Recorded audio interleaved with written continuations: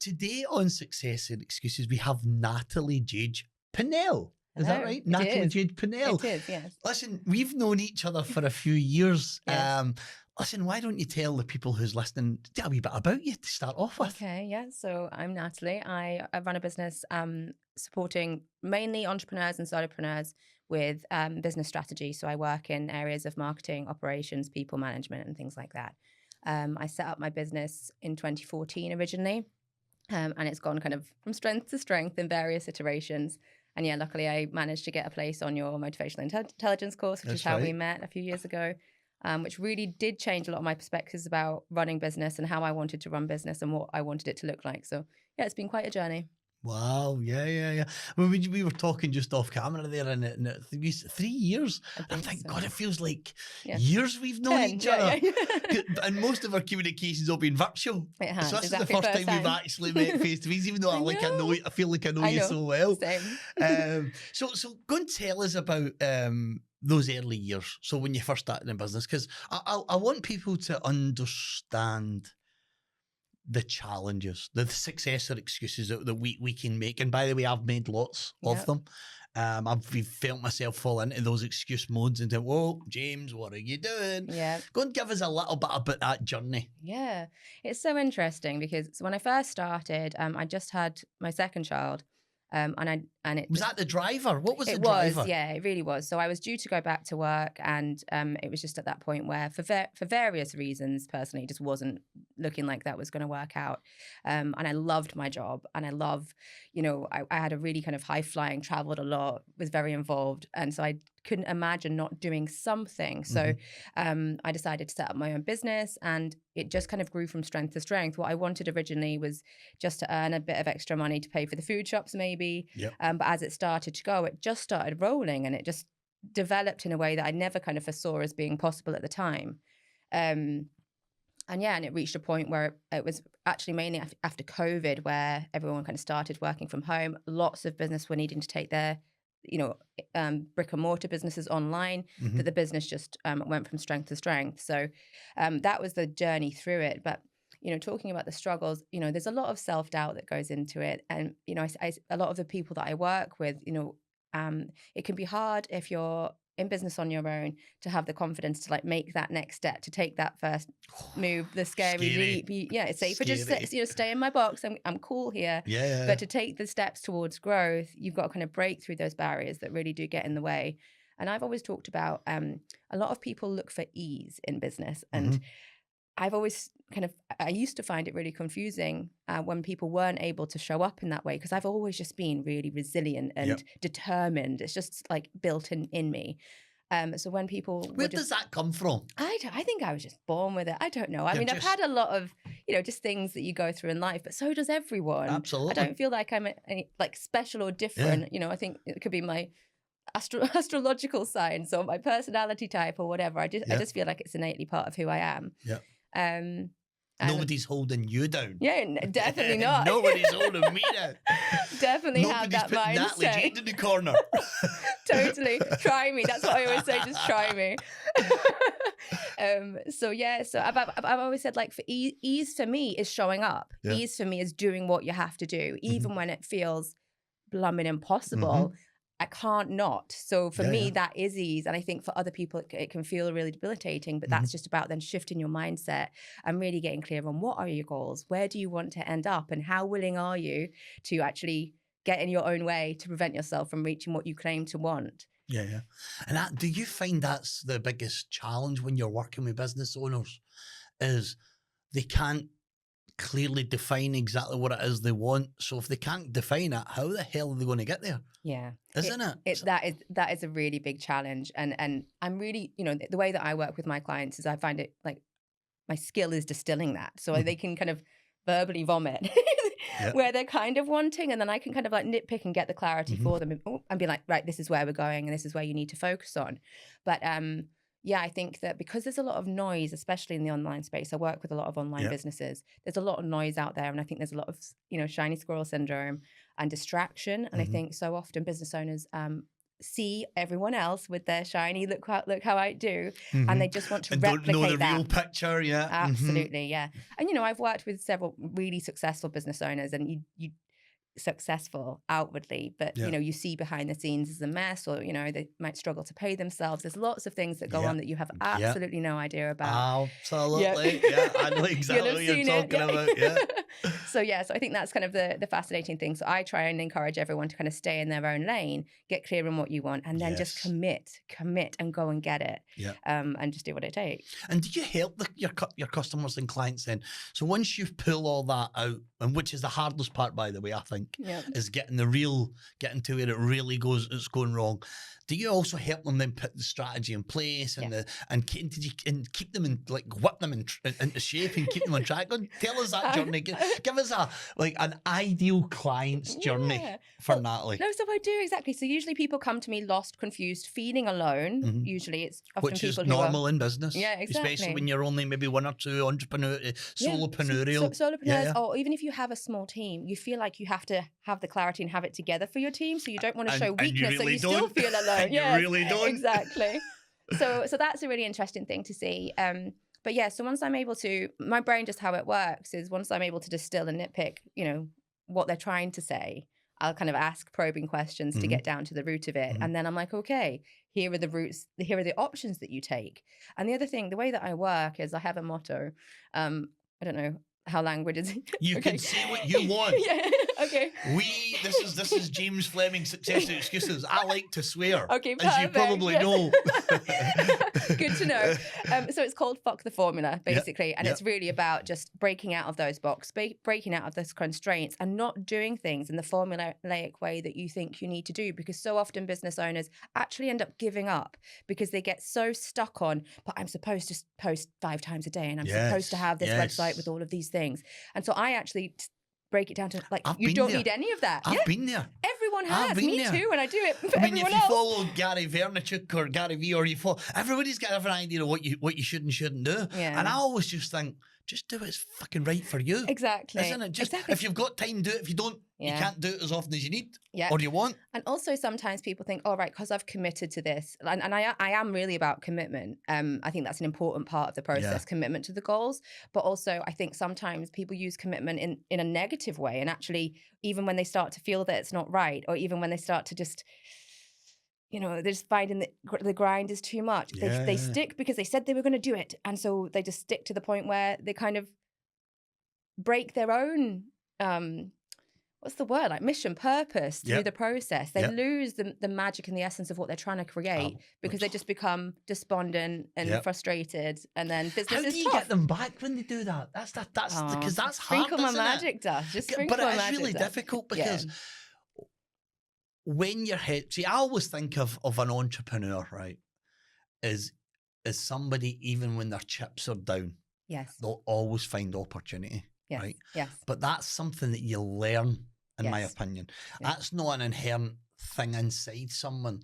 I mean, the drive can be inherent, you know, the resilience can be inherent, but that's seeing opportunity even in challenge is hard. How do you do that? How do you enable those that woman or man or couple or person when their head is down and they're thinking, Natalie, nothing is fucking working. I'm scunnered. That's a Scottish word for it. I'm scunnered. I don't know. I feel like giving up. What do you do? How do you do it? De-scunify. De-scunify. I'm going to use that now on my coffee. No, but really it is. To me, it's about reconnecting them with purpose. So, you know, I have people saying that to me all the time. You know, business is hard, but I feel like it's become harder over recent years as well. So, you know, I get a lot of people who do say that. And for me, it comes back to reconnecting them with their mission. So most of the people who start businesses do it because they want to make a difference. That's my experience. Almost everyone who comes to me does it because they want to make a change and make a difference. So for me, I'm getting chills when I say it. It's about, how do I be of service to these people? So once I reignite, it's not about the business or the model or the social media posts or the website, or, you know, it's not about any of that. It's about, how can you be of service to these people?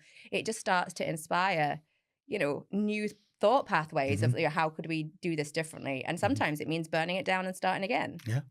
When you say that, the word comes to mind, genuinely invest. Serving Absolutely. others, serving others. How do I serve others so that they can get what they want? Because if they get what they want, you're going to get what you want. Absolutely. That's it. So, Yeah. so And you're often it's not stripping even it the back. money. It's usually that sense of purpose. But the money's, I always look at the money as a byproduct. Yeah, exactly. It's a byproduct of being really good at something, or helping people. And I think that's what, why we connect so well, because our key purpose is always to help. Mission, always to help, always to serve, always to, show people like business is hard. You mentioned that business is hard. Yeah. It's a struggle. It's soul destroying at times. Yeah, crushing. And it's okay. Yeah, it's okay. Yeah, and it's a choice. It's a choice. Yeah. And I love what you said, right? Because this is something I've never lost: is the vision and the purpose and the passion. Yeah, I've never lost it. You can tell it in every video you post. Even when my head goes down, right? I never lose that. Yeah. Right? I never ever lose that. But I want to talk about something, right? You mentioned what I found. Now, I'm 8 years in business. 8 years a few weeks ago there, me and Nas had set the business up. Yeah. And we literally started from like scratch. Like most people get into business because they're really good at something and they've got a purpose and a passion to be better, to do it better. Yeah. Right? Yeah. I started a training company with zero training knowledge. Right? None whatsoever. I've never done a training course in my life. And the journey has been massive peaks and massive troughs. But what I find now with the right team in place, and I want your take in this. Yep. What I've found now, because I've now got a really, really good team, that my job's so much easier. Yeah. It's so much easier because I talk about sales and marketing and all I'm really doing now is talking about the vision. Yes. Because they're accountable. They're accountable. They're all big boys and girls. They're all really professionals. They're at the top of their game. Yes. And I just find sometimes, this is me being really honest, right? Sometimes I'm like, I'm bored. I need to go make some videos. I need to go make some videos. Do you know what I mean? Because we've now built a really good team and a machine that runs effectively, which absolutely. is what the goal is. Yeah. So you've got this team, but it takes time to get to that point. Yes. Because also, by the way, in that journey, there's people came in and there's people went out. Yes. And there's people came in and there's people, because there's some people I find are the right people for that point in your journey. Yes, absolutely. But they're the right people for the next stage. Yeah. So what's your take on it? So you're working with a business owner, maybe one or two people in their business, and they're finding it hard. And the reason I'm going to ask this is because there's going to be people out there sitting going, right, that's me. Yeah. Right. I'm sitting there, I'm finding it hard. Yeah. How are you going to advise them? Yeah. What are you going to tell them? Tell them, how are you going to help them? What's the couple of tips and tricks that Natalie's going to give me right now as I'm listening to her podcast? Yeah. So, I mean, really. Because I love your stuff, by the way. I love your stuff. And we'll talk about something in a minute. Thanks. Basically for me, it's when in terms of hiring a team, that can be a really difficult process. And, I've gone through that journey with the team, in my own business, people have to move on for various reasons, and then you have to replace them. There's, so much lost time, retraining. Yeah. So for me, the key thing is to help your business run well is, it sounds like I say this till I'm blue in the face, SOPs, standard operating procedures. So if you're a solopreneur and you're just trying to get your first hire, before you do anything about your first hire, document the process that you need. So that the people coming in know what's expected of them. Yep. You're setting them up for success. You're giving them the foundations and the groundwork so that they can come in. And then they, if they know their stuff, then they can come in and suggest and make improvements. Mm-hmm. That's fine. But so often people are just like, and they wait too late to hire. They're like, I'm overwhelmed. I'm too busy. I've had enough. And then you hire quickly, and then you end up firing quickly because it's never going to work. Been there, done it. I bet everyone's like, yeah, doing that, yeah. So that's really key for me. And I love that. Yeah. So, number one, scope of work, or scope of processes. Standard operating procedures. So, what exactly is it that you want them to do, and how are they going to do it? Because people will come into your business and they'll have 50, 60 things that they have to do. Yes. But no 50, 60 things are as important, really important. Exactly. There's only maybe 7 or 8 things that are really, really important to be successful. So you're saying, your first 3 to 5 is get that done first. Yes, document like Document what you it. do and how you do it, or how you'd like it done. Yep. And then allow them to make suggestions to improve And it if then they have hire. the experience. And then hire. Next. Exactly. Yeah. And then what happens next? And then in terms of the hiring process, you need to have a robust hiring process. Yes. So you need to really think about that. You know, so many people just go into a Facebook group looking for a VA or looking for a bookkeeper and with zero. Been there. I'm like calling you out today. You're calling me out. Yeah, I've made all those mistakes. Everything you're saying, I've done. Yeah. And so yes. So basically, it's about creating a really robust hiring process. We usually have like a 3-part process. So there's a really in-depth kind of intake form, interview 1, usually a test project, paid, in my opinion, should be paid. Yep, love it. And then the final, hiring decision, and you just go through that process. You'd be a great recruiter. Thanks. Go for it. I kind of do. I do for my Oh, do you business. really? Yeah, so I'll help okay, my clients find the right people for their team. Okay. So that's that. And then I think also another really key thing to have is, how do you define success for that person who's coming in, so that they know they are achieving what you wanted. And if a client is looking to hire me or with the team that I kind of worked with before, then really it is my first like intake, get to know you call. The first thing I do is go like, right, what are you wanting to achieve? And then I drill that down to 3. And we're only going to focus on these 3 things. Yep. We're going to get this up and running, and then we're going to focus on the next thing. Yeah, so we focus on the key priorities. If you try and do too many things at once, you're not doing nothing really well. Exactly. Yeah, love it. So that's your 3 tips. If you get anything else, what else?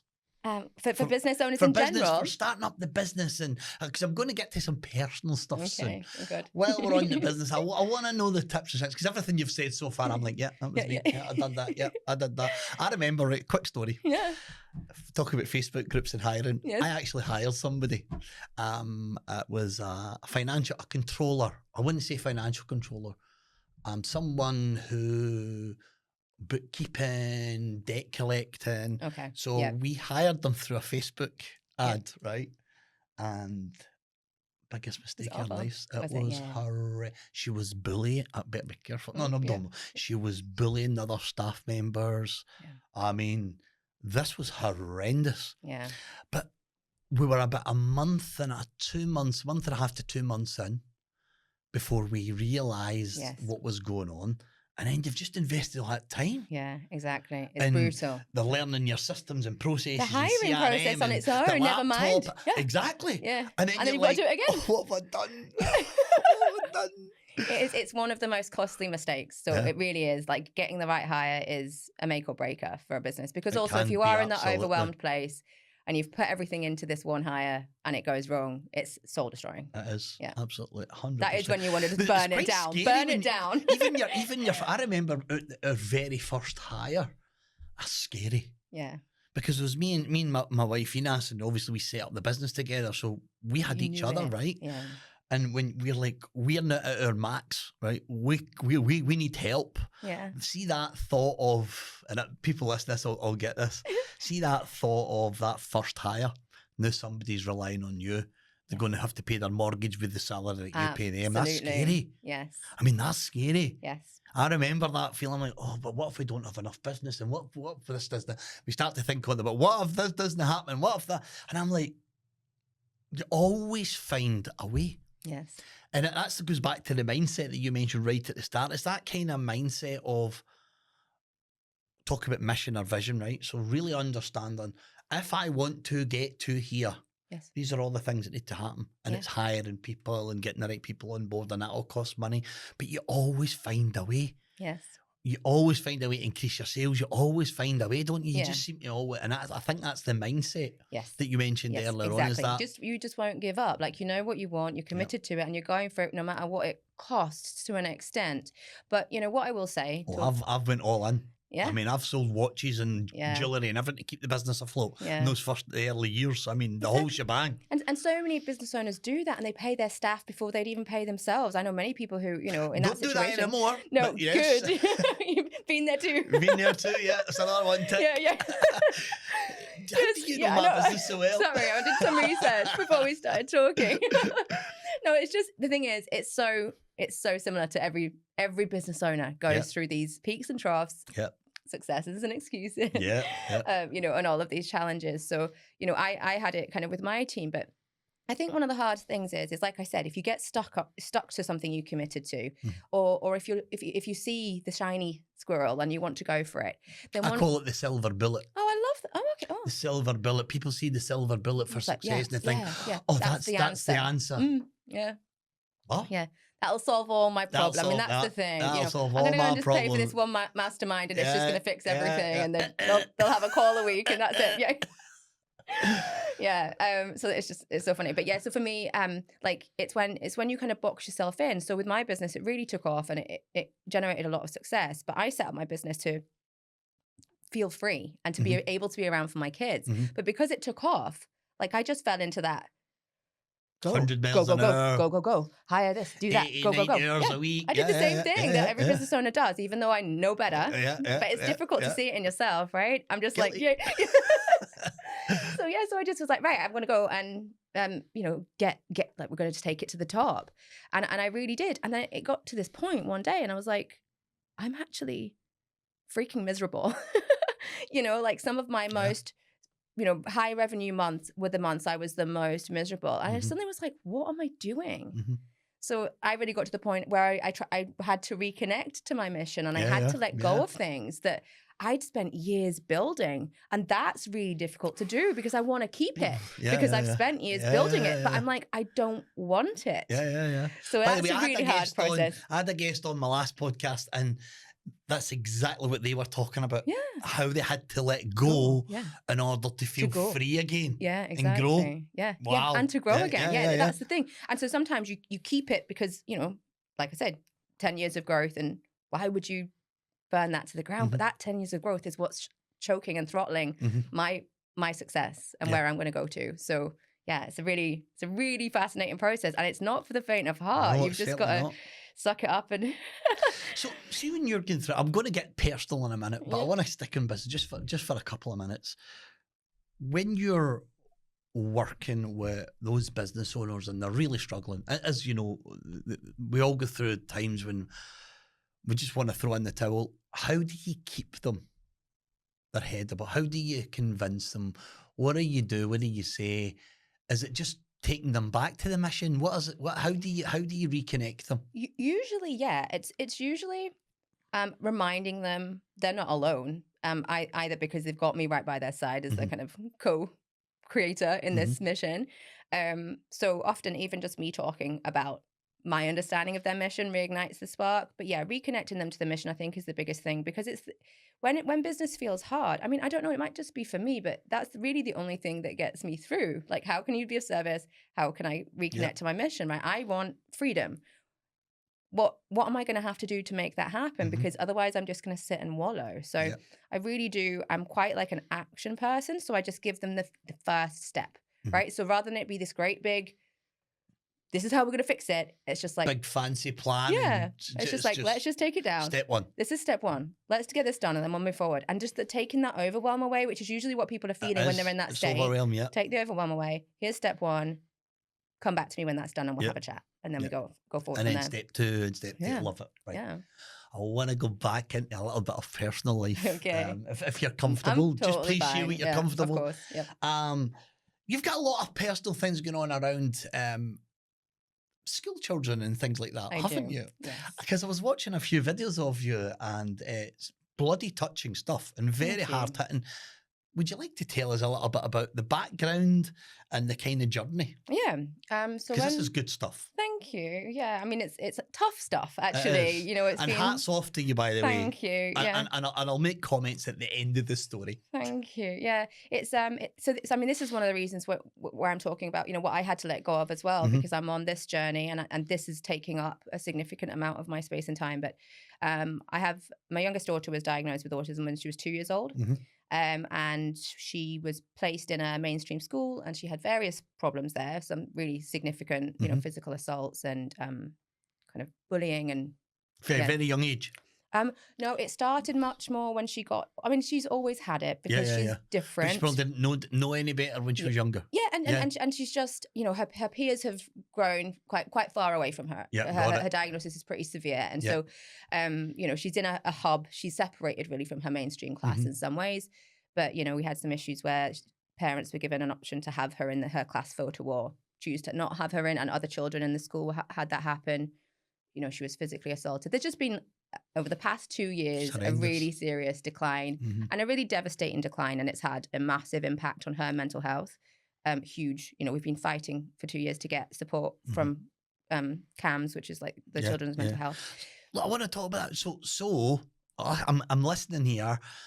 So because we don't have the right systems and processes and support in place, then we all know mental health is huge, particularly in the younger generation now. In actual fact, by not having that support has actually been a massive detrimental effect to your daughter's... His daughter, your daughter's mental health? Yeah, exactly, yes. Wow. Yeah, so basically, she got assaulted very, very badly, the worst assault the school had said they'd ever seen. And when when that happened, we fought for her to access CAMS. CAMS declined, even though she was showing suicidal ideation. And then over the 2 years, she then became more obsessive, more aggressive, more distressed, hiding herself away, secluding herself. And so, yeah, she's now in a situation where she's refusing school. She won't attend. It must be hard as a mum to see that, tough. is it? It's devastating. Like, I cry, honestly, most days, just witnessing her suffering. I bet you blame yourself sometimes as well. Yeah. I wish I'd not put her in school. Yeah, you know, because I did what you were supposed to do. Yeah. And I So wish I'd trusted my gut. Yeah, and I trusted the professionals. Yeah, I trusted the professionals. They were saying they were fixing it. But look at where we're at. And so I do feel massive guilt for continuing to put her into that school. I did fight really hard to try and get her a different placement. But the professionals now are just kind of washing their hands of us, just saying, no, she's happy and settled in school, even though we can't get her to the school building. So I'm now kind of homeschooling, not officially, but she's at home with me full time, which has obviously meant I've got to change what my business looks like because she's my number one priority. She's always going to be that. So I've been trying to raise awareness about this because Erin isn't alone in this situation. There are so many children, like I know many children even at my daughter's school, but just across Scotland, and with the coverage that has gone out on the media, a lot of parents are reaching out, just being like, thank you so much for speaking. And it's actually endemic. There are so many children suffering either with being unable to go to school and losing all access to their education or suffering with severe mental health. And I think I saw last night on like Tayside have said they're not going to see any children with mental health unless they have a comorbidity. So they're just shutting off the service to who knows how many hundreds of children. And that just... And I think COVID has affected the knock-on effect to that must, like your own situation. How do schools cope with all of these children struggling? Yeah, and it's going to lead to more and more families who are in our situation, and it's really, really rough. And you know, we're now having to look at legal situations to try and get her access to education that she should be able. She has a right to. Absolutely. So it's just horrific. Absolutely. Yeah. So it seems to be. This is not an isolated problem that you're personally going through. It seems to be, as you say, is endemic. Is that the word you used? Endemic. Probably across the UK. Yes. It is absolutely. Yeah, it is across the UK entirely. Yeah. What's the answer? How? Because I mean, when I was watching a couple of the videos that you'd made, like I was really quite touched. I was like, holy shit, how would I react? I mean, I would be wanting to take heads off. Right? I'll be brutally honest. I do. Right? I would be wanting to take heads off. I mean, I'm trying to put myself in your shoes. And I just thought, the state the country's in, right? Forget what we're now facing as business owners, but the state the country's in, right, is not great. Yeah. And it doesn't seem to be going to change fast anytime soon. If it's changing, it's going this way, not the other way. Yeah. If I'm a parent and I'm listening to this podcast, I'm going, whoa, that's me. What's your advice like right now? What are you going to say? Tell me how I can help myself if I can't even help myself. Oh gosh, you know, you asked me that question and it's like welling up emotion. So forgive me if I cry. For families, really, there's a video that just went viral actually recently, and it's a guy who's talking on a podcast a bit like this, and it's just like what I'd say to parents is, I see you. Like, you're not alone. I think that what we have to do is the system silences you. They literally silence you. Posts that I put out, people aren't allowed to support. It's actually, you know, and I'm fighting for, you know, teachers and PSAs and the schools to be given the funding. So 'Cause what it's needs not their to, fault. It's not their fault. Yeah. The cuts are happening. The cuts are happening. Yeah. They don't have the training. They don't have the staff. They don't have the And resource. it's your kids that are the receiving end of that lack of support, Absolutely. and then it ends up you have, you know, successful business owner having to scale things back, priorities have to change, And health, like our and mental health and I and suppose well-being. in a sense you're lucky that you run your business from Yes. virtually anyway. Exactly, yeah. So you I'm- can be there, but what Yeah. about the parents that are There are like, so many, have to give what up am I their gonna jobs, do? giving What am up I their gonna do? careers. Yeah, it's really, really a massive issue. And if something doesn't change soon, then we're in real trouble, honestly. And, you know, I said in one of the interviews, I really do feel that I worry for all children in education because of the way that the system is going and is being run currently, and with the cuts that keep happening. But for me, what I encourage for people, so I'm speaking specifically for kids with additional support needs in this situation. But for me, what I would say from my experience, and this is just to share truth with you all, is that what should be happening is children who do have significant need should be considered for placements in specialist provision schools, which the authorities won't pay for because it's too expensive. But what we're now seeing is all of the children who go to mainstream, what you have to do is prove that mainstream doesn't work for them. How do you prove mainstream doesn't work? You make the system break them. And then once they're broken, you go, okay, well, we might consider it, which they won't even do for Erin. Oh my God. So that's horrendous. they literally will wait As till a you're parent? broken. Yeah. So then that's when you'll have to go to court to get a place in the specialist school. And then the specialist schools, rather than being there, trying to give these kids a chance for independence to flourish, to thrive in life, the independent schools, specialist provision schools, are then filled with children, broken children, who managed to win the legal fights. Yeah. And so many parents can't even manage the legal fights because they're broken by the time it gets to this point. I have that drive and determination that try me. They ain't gonna break you. They ain't gonna break you. Try me. Yeah. So I'm lucky, and to be honest, one of the only reasons I'm speaking out about this is because it makes me cry thinking about the number of families who will be feeling like I feel, and they don't have the strength to get up and do anything about it. Because there are days when I don't. There are days when I just want to stay in bed and cry, but I cannot do that for her. I'm going to have to do it, and also for all the other kids who don't have voices or parents who don't have the strength to do it. There must be so many people, Natalie, that don't have your courage, that don't have that determination. That don't have the resilience that we talked about right at the start with business. Yeah, I feel like I was born to be her mum because you know, literally, she's got me. I've got her. We're good. Yeah. Like you mentioned something there, right? And the kids that are lucky enough, we'll call it, or the parents have been resilient enough to fight it, and they go to the specialist schools, and they're broken.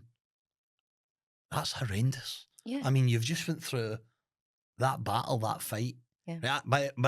I'm thinking about my daughter when I'm talking here, so I'm like, whoa. Yeah. My brain's going away because I'm thinking, oh my God, how would I feel? Imagine, yeah. They're broken. They get the place, they've been through everything, they're broken. I mean, that must be also horrendous for a parent to think, I've fought. Yeah. And I'm now in a situation that doesn't feel, I suppose it might be some We're going to spend all the time just fixing the problem rather than helping them thrive. And I think that's what is just so crazy. And, you said you want to take heads off. You know, there are times when the rage is very, very real. But I'm just like, I know that nothing, I've talked about this before, like nothing good comes from just being angry. So I just try and take that rage and harness it. So it's just like mission, right? I'm like, what do I want? I want Erin to thrive. How am I going to get there? It's not going to be by just like stomping my feet and shouting at people. So I'm like, okay, I need to just speak up and make a difference. So for me, and they want me to stay silent and I won't. So well done, you. Thanks. Well done, you. Wish me luck. So I feel like I've got my head above the parapet like this, just waiting for the shot. But I'm going to go back to that what we talked about earlier on about the resilience and I think you're really setting an example as well for your daughter. Thank you. Because for your daughter, you're saying to her, no. Yeah. This is not acceptable. Yeah, well this is not acceptable. acceptable. If I allow this to happen, then I just feel like she'll feel completely misunderstood, unheard, Yeah. and actually disrespected. Like if her mum isn't going to fight her corner, Yeah. who is? They're Yeah. not going to. Very clearly, they've made that perfectly clear. So if they're not going to fight her corner, I absolutely have to. And I don't want my daughter to ever go through life doubting me having her back. Yeah, yeah. And it's not the end of the road as well, because okay, for some kids it might feel like that, but we'll talk Erin specifically. What's the light at the end of the tunnel? What does that look like? Oh, good question. I mean, we want her now in a specialist school, so that's what we're trying to seek for her, because before she was in the mainstream school, her level of need now is so much higher due to her mental health issues and her confidence and her self-esteem and everything like that. And when that goes, that's tough. That's totally tough. We've got to rebuild this child. So she needs a high touch, high nurturing space, not what she was in, not where she was that did this to her. There is no way I'm putting her back into that space while that's how she's feeling. So the light at the end of the tunnel, though, for me is Erin thriving. And so I won't back down. And so that means even if that's Erin at home, right now, she's doing much better because I'm with her and I'm providing her with that high touch nurturing support. So I'm like, the worst case scenario, I'm doing it and I've got her back. So that's the worst case scenario. The best case scenario is the authorities do what they should be doing to get it right for every child and providing Erin with the legal right to education that's what it's supposed to be. And is it gift wreck? Get it right for every child or something like that, isn't it? Yeah, that's exactly. I used to sit in the children's panel for Scotland. Oh, did you? Yeah. I was the chair for Glasgow. Oh, wow. So I really understand the whole process. But I just feel like listening to your story and watching the videos, it's almost like, how dare you speak up? Yeah. Like, do you know we've got systems and processes in place so that doesn't happen? Oh. And it's almost like, but I'm living it. I'm the lived experience here. They're silencing her shut voice. Up. Yeah, they're silencing her voice because she literally says, school is very, very broken. It makes me very, very sad. And the professionals choose to email us as parents after 2 years of fighting to say she's happy and settled in school. They're silencing her voice, and then they silence me because I'm not allowed to speak. So after the school photos, no one would have a conversation with me. Staff blocking me. It's quite fascinating because I am persona non grata. Do you know? Don't touch her because she causes trouble. And I'm like, if you can't stand with me, when you're a school, if you provide for children with ASN, if you can't stand with parents of ASN when they're fighting for wrong things that have happened to those children, you should be right. We should be doing it together. We should be holding hands. And that's how it's always been. I've done this for 2 years with you. I've held your hands. I've gone through this pain. I thought we were doing it together until they reach the point where they just go, no, just kidding. They've always been told, something's been said. Yeah. You know how the authorities work. Oh, exactly. It just takes one person to go, no, we're watching. Yeah, exactly. Enough support. Yeah. Yeah. And that's it. That's it. So there's light at the end of the tunnel. Yeah. What age is your daughter? She's 10. 10. Yeah. So she's got so much life still to go. But life's right. So it's like the first few years are so important. If we can get this part right. Yeah, exactly. If we can get that part right. Yeah. Then she's got an incredible opportunities ahead of her. Yeah. That's why I'm not risking it. The turnaround of this situation is crucial because otherwise hope is lost. So. Okay, so just before we close up, so if anybody wants to, find out about what's going on and the autism and things like that, how does people get in contact if they just want to chat? Because there might be parents out there sitting going, that's me and I want her strength. Now, you might not have enough strength for everybody, but how can they get in contact with you? The funny thing is, I got goosebumps again, so usually when I do these videos, or the major ones, the TV ones that I did, they really take it out of me. I come home and just kind of crash. I hit a crash because it takes so much to pull myself together to express it in the way I need to. It's the giving. Yeah. When you give everything, you're the one that's left like you went 10 rounds with Mike Tyson, exactly. isn't it? Yeah, I come out of it like that, literally vomiting, ugh. And the parents who reach out once they see it, who do get it, who are living it, that fuels me. When they message me to say, thank you for speaking up, I'm in this situation. That's where I get my strength back again, so I can keep going. So yes, please feel free to message me. I'm open to anyone. LinkedIn, I'm on LinkedIn. Facebook is open. That's where you find a lot of my videos. How do they get you on LinkedIn? Natalie Jade Pinnell? I think it is. Yeah, Yeah. Natalie Jade Pinnell. I think at the end. I Pinnell. don't actually know. I So think we it's might only put it in your Natalie Jade show Pinnell notes. anyway. Yeah. And it's same on. I think it's the same on Facebook. Or I've also got a blog, Rainbows and Lighthouses. Right, okay. That's specifically about our experiences with autism. So I actually stopped writing that ages ago when I was trying to keep things. I didn't want to talk about the things that were actually happening out of respect for the authority in the system. I'm doing more harm than I'm doing good. Yeah. But now I'm like, well, if you're going to abandon me, then I'll just have to say my piece. But that must be hard as well. I know we're wrapping up, but that must be so hard. Because I'm putting myself in a parental position here.